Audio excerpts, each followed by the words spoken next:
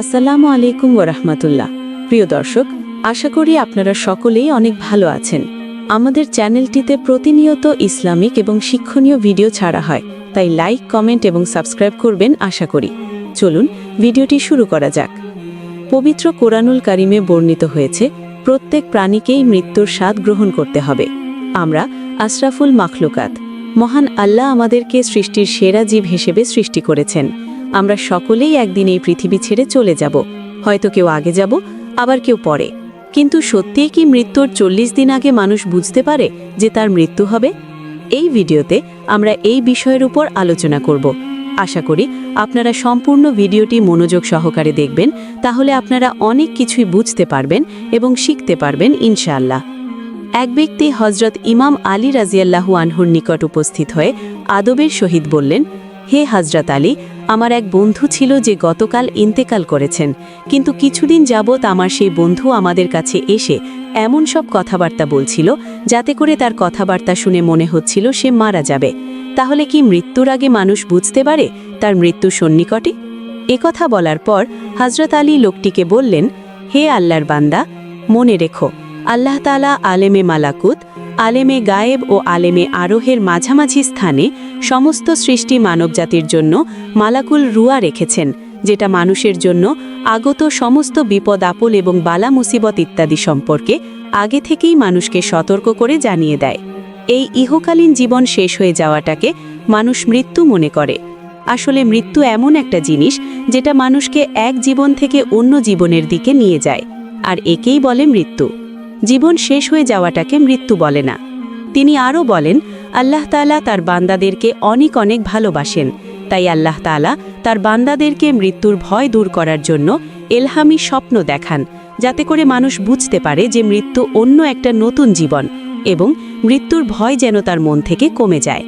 আল্লাহ তাআলা মানুষকে এই সুযোগ দেন যাতে করে মানুষ নিজেদেরকে শুধরাতে পারে, নিজের কৃতকর্মের জন্য আল্লাহ নিকট তওবা করতে পারে এবং মৃত্যুর আগে নিজের আত্মার মুক্তির জন্য ব্যবস্থা করতে পারে।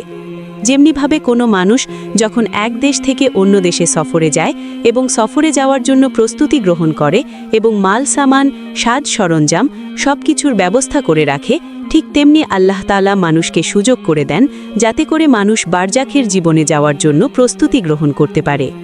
এই কথা বলার পর লোকটি হজরত আলী রাজিয়াল্লাহু আনহুকে জিজ্ঞেস করলেন, হে হজরত আলী, সেই স্বপ্নে কি কি দেখা যায়?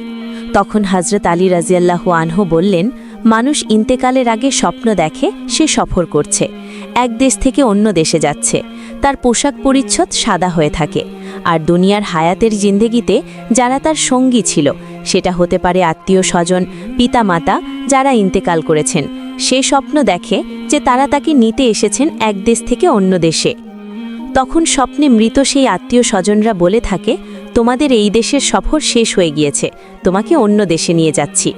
মানুষ যখন স্বপ্ন দেখে তার মৃত আত্মীয় স্বজনের মধ্যে কেউ তাকে নিতে এসেছে এবং তারা তার সাথেই আছে, তখন মানুষের মনের দিক থেকে তার সাহস বেড়ে যায় এবং মানুষের মৃত্যুর ভয় কমে যায়।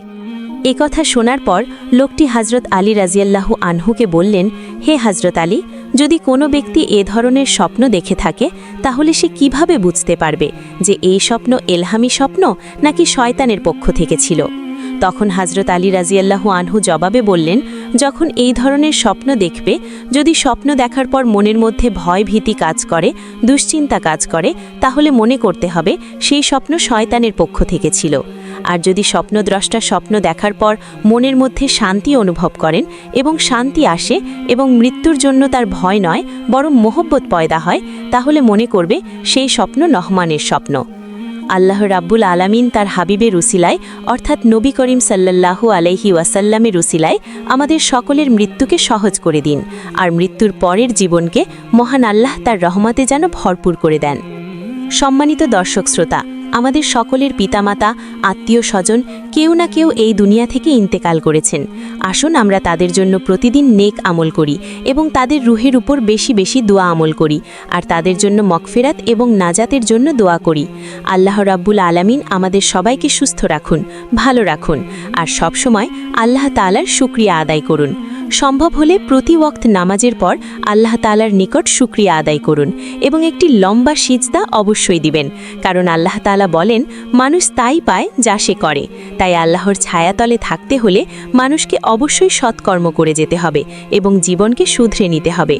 সমস্ত পাপ কাজ থেকে নিজেকে শুধরে নিতে হবে এবং শয়তানের ধোঁকা থেকে নিজেকে হেফাজত করতে হবে। প্রিয় দর্শক, আজকের ভিডিওটি আপনাদের কেমন লেগেছে তা অবশ্যই কমেন্ট বক্সে লিখবেন। সকলেই ভালো থাকুন, সুস্থ থাকুন। আল্লাহ হাফেজ।